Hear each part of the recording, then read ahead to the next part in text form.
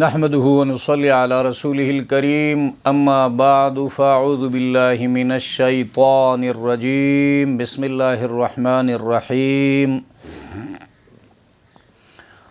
وأدخل الذين آمنوا وعملوا الصالحات جنات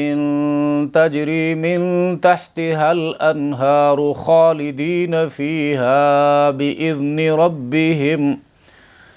تحیتهم فیہا سلام۔ سورۃ ابراہیم آیت نمبر 23 لفظی ترجمہ۔ وَأُدْخِلَ اور داخل کیے جائیں گے، ادخل ادخل پیسیو وائس ہے،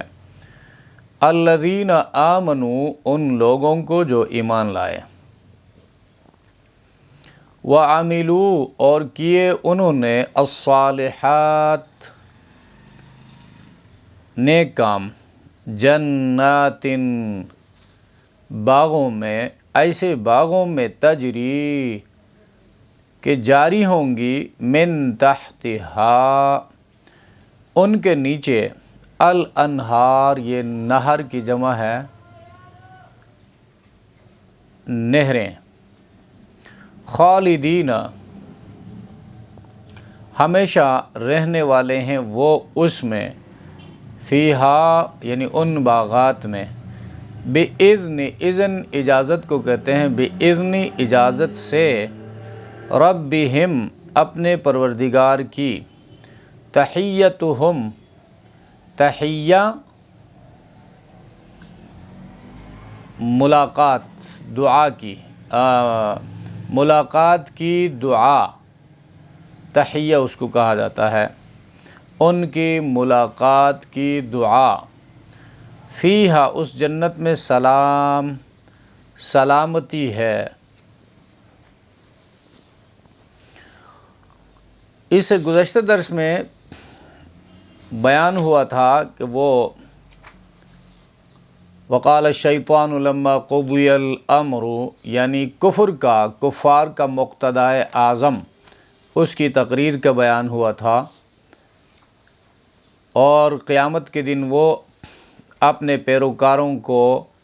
انتہائی ایک بیزاری والا جواب دیں گے، اس لیے کہ خود بھی جہنم میں ہوں گے، اس کے پیروکار بھی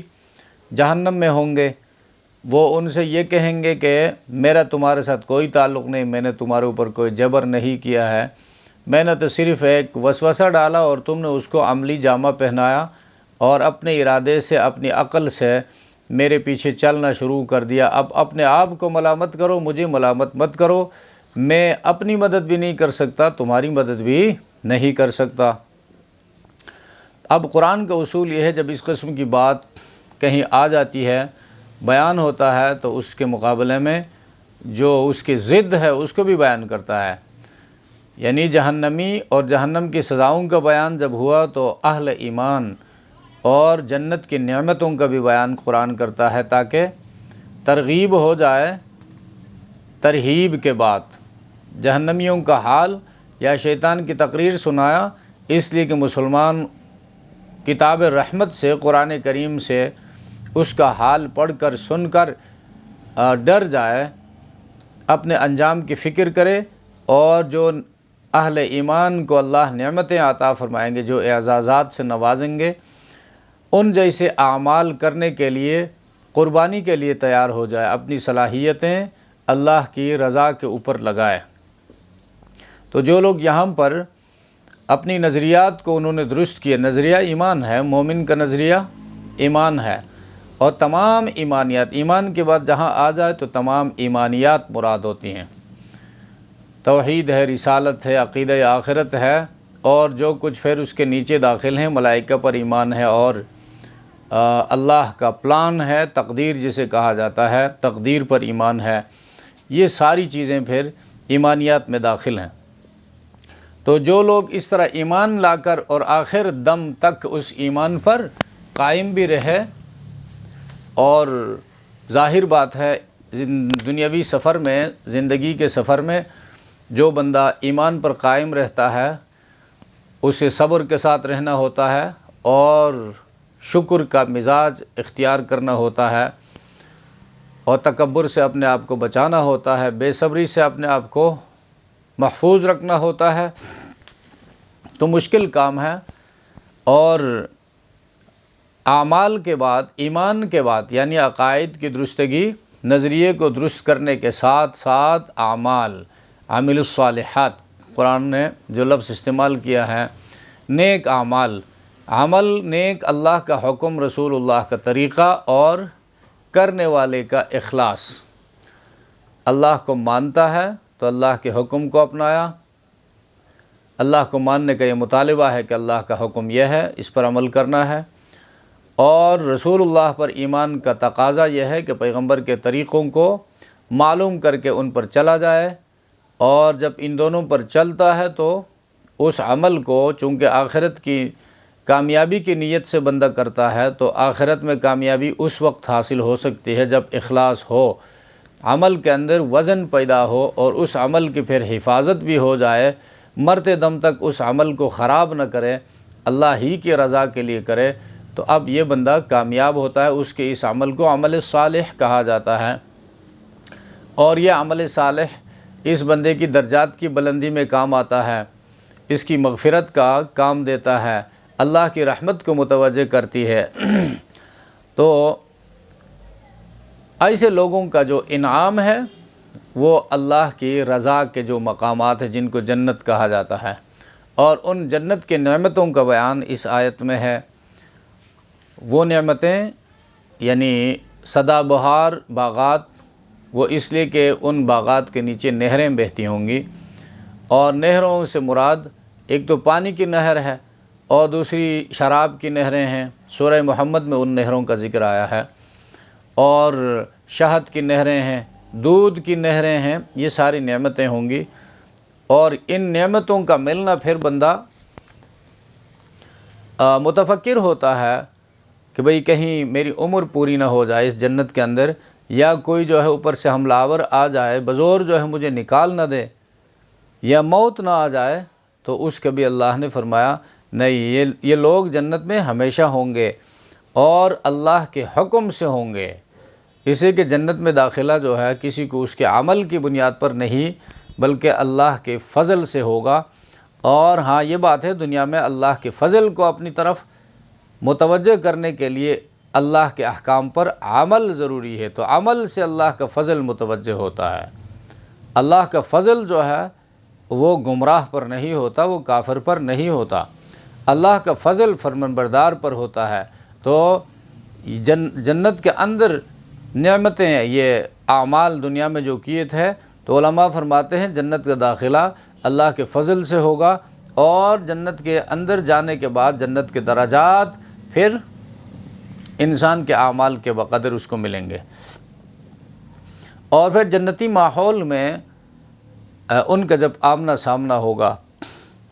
تو وہاں آمنا سامنا جب دنیا میں ہوتا ہے تو کوئی جو ہے گڈ مارننگ کہتا ہے، گڈ ایوننگ کہتا ہے، اور یعنی بے بنیاد قسم کے الفاظ بکتا ہے، اور ان کا کوئی معنی نہیں ہوتا ہے۔ یا جو ہے فارسی میں زندہ ہزار سال، عربی میں کہتے تھے حیاک اللہ، اسلام نے اس کے اندر، اسلام آنے کے بعد اصلاح کر دی، موڈیفیکیشن اس میں لایا، حیاک اللہ کے بجائے السلام علیکم ورحمۃ اللہ وبرکاتہ، یعنی تم پر سلامتی ہو، اللہ تمہیں آفات و آلام سے، تکلیفوں سے محفوظ رکھے۔ کتنی بڑی دعا ہے، اس کے مقابلے میں خوش آمدید کی کیا حیثیت ہے، یا ہر کل راشہ پختوں میں کہتے ہیں، اس کی کیا حیثیت؟ السلام علیکم مستقل ایک دعا ہے جو دونوں طرف دی جاتی ہے، وہ وعلیکم السلام ورحمۃ اللہ وبرکاتہ۔ روزانہ جب اہل ایمان ایک دوسرے سے ملے اور یہ دعا ایک دوسرے کو دے تو کتنے درجات بلند ہوتے ہیں، کتنے گناہ معاف ہوتے ہیں۔ سلام کرنے سے 10 نیکیاں بڑھ جاتی ہیں اور 10 گناہ معاف ہو جاتے ہیں، 10 درجات بلند ہوتے ہیں، اور رحمت اللہ کہنے سے پھر 10 نیکیاں ہیں، اور برکاتہ کہنے سے 10 نیکیاں، 30 نیکیاں صرف سلام پر انسان کو ملتی ہیں۔ حضرت عبداللہ ابن عمر رضی اللہ تعالیٰ عنہما ایک دن اپنے غلام سے فرمایا چلو کہ چلتے ہیں بازار، بازار جانے کا مقصد یہ ہے کہ کسی کو ہم سلام کریں گے، کوئی ہم پر سلام ڈالے گا، ہم اس کے سلام کا جواب دیں گے اور ہماری نیکیوں میں اضافہ ہوگا۔ اگر ہم اپنے دین کو سمجھ کر زندگی بسر کریں، اس پر چلنا سیکھیں، تو پھر قدم قدم پر نیکیاں ہی نیکیاں ہیں۔ تو جنت میں آمنا سامنا جب ہوگا جنتیوں کا، تو آپس میں بھی ایک دوسرے کو زندگی کی دعا دیں گے، اور اللہ بھی ان کو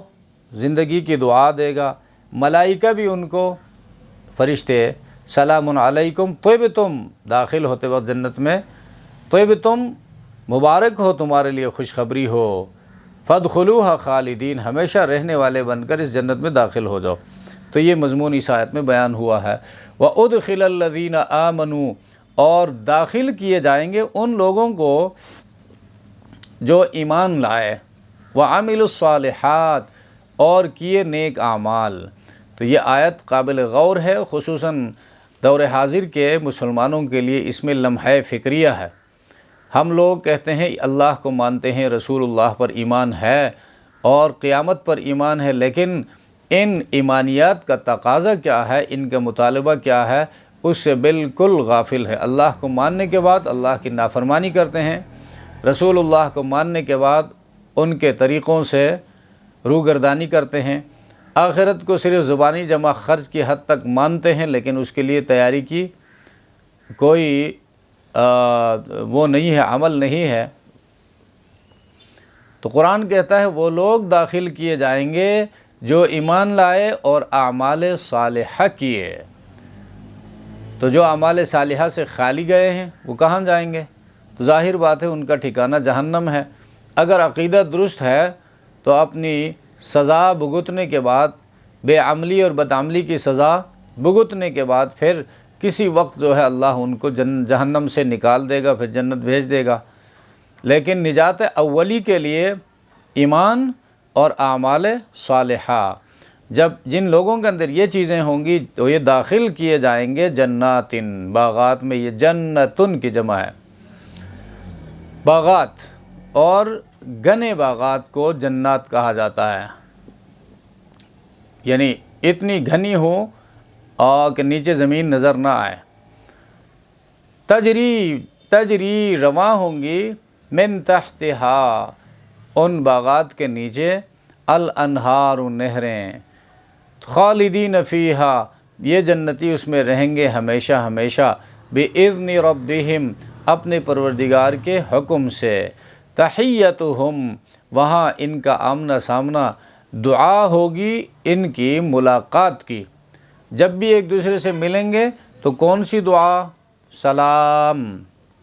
سلامتی والی دعا دیں گے۔ وہ سلامتی والی دعا وہی ہے السلام علیکم، جو دنیا میں ایمان والوں کے لیے منتخب کیا گیا ہے، چنا گیا ہے۔ وہی دعا جنت میں بھی ہوگی ایک دوسرے سے ملاقات کے وقت۔ تو جنتی دعا کو دنیا میں بھی عام رکھنا چاہیے، اپنے گھر میں داخل ہوتے وقت وہ دعا، گھر سے نکلتے وقت وہ دعا، دوستوں سے ملتے وقت دعا، رخصت ہوتے وقت السلام علیکم۔ تو یہ جب سلام کلچر ہو تو اس سلام کا پھر مزاجوں پر اثر ہوتا ہے۔ معاشرے میں جب سلام کا رواج ہو، خاندان میں جب سلام کا رواج ہو، تو اس کا اثر دماغ پر، صلاحیتوں پر ہوتا ہے۔ تو دماغ سلامتی والی سوچ سوچتا ہے، وہ صلاحیتیں پھر سلامتی والی ہوتی ہیں، سرکشی والی نہیں ہوتی ہیں۔ اللہ تبارک و تعالی ہم سب کو سمجھ عطا فرمائے۔ سبحان ربک رب العزت عما یصفون، وسلام علی المرسلین، والحمد للہ رب العالمین۔